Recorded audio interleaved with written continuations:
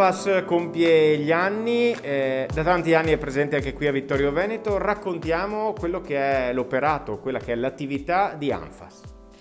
Dunque, Anfas a livello nazionale è nata nel 1958. Anfas nazionale è il nostro riferimento. Noi apparteniamo a questa grande famiglia che è composta da più di 200 associazioni, tra associazioni ed enti a marchio che gestiscono anche dei servizi. Quindi siamo, diciamo, la più grande in realtà associativa di famiglie di persone con disabilità. Comprendiamo tutte le disabilità intellettive e disturbi del neurosviluppo che vanno proprio dalle cromosomopatie alle malattie metaboliche, alle malattie rare, alle sindrome dell'autismo correlate, quindi ha un'ampia variabilità di disabilità. A livello locale noi agiamo nel territorio del distretto di Via di Soligo, che una volta era l'ULSS 7. Quindi prendiamo, diciamo, un territorio di 28 comuni e siamo diffusi più o meno su tutto il territorio e rappresentiamo tutte le famiglie di persone con disabilità intellettiva, proprio perché ci rendiamo tramite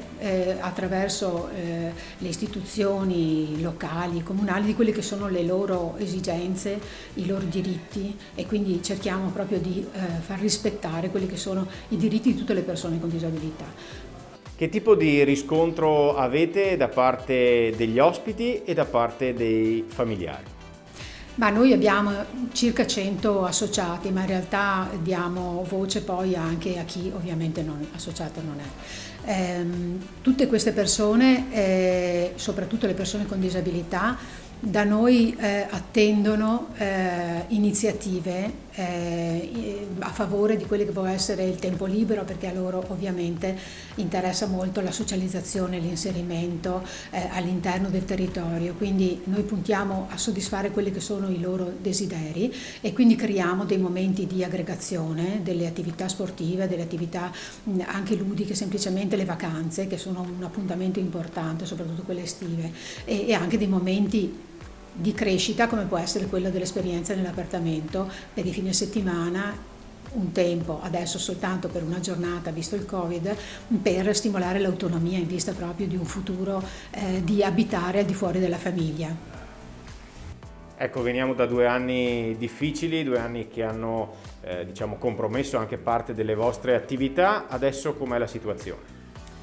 Beh, sono stati 2 anni molto duri perché chiaramente i servizi si sono interrotti, poi si sono ripresi, poi si sono interrotti di nuovo, insomma abbiamo avuto tante difficoltà anche nel affrontare il momento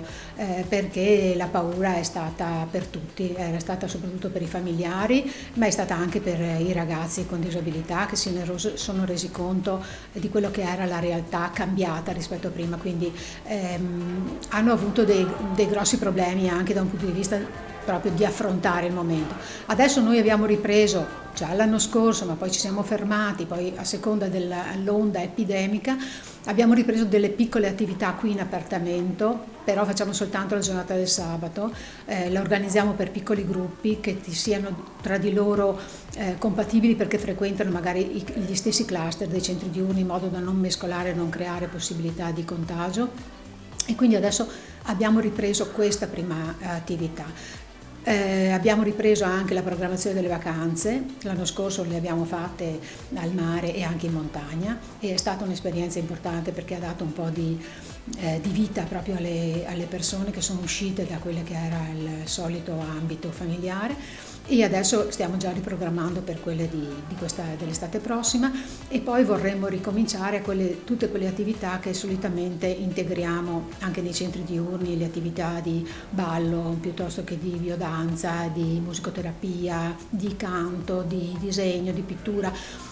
tante altre cose che riusciamo a fare e riuscivamo a fare quando ovviamente il Covid non c'era, ma speriamo di poter ampliare un pochino, di permettere anche ad operatori esterni di entrare nei centri diurni.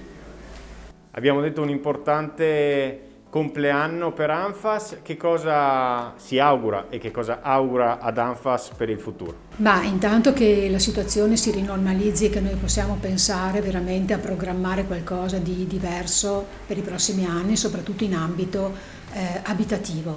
A livello locale noi stiamo programmando e lavorando proprio per cercare di trovare delle soluzioni abitative che siano diverse da quelle che sono quelle proposte fino ad ora, quindi le classiche comunità alloggio, pur nulla togliendo a queste, anzi sono importantissime, ma alcune famiglie hanno, e alcune persone con disabilità soprattutto, perché noi dobbiamo tener conto di quelle che sono le esigenze delle persone e i loro desideri. Molti sperano di poter vivere in una situazione abitativa che sia il più simile a una famiglia, quindi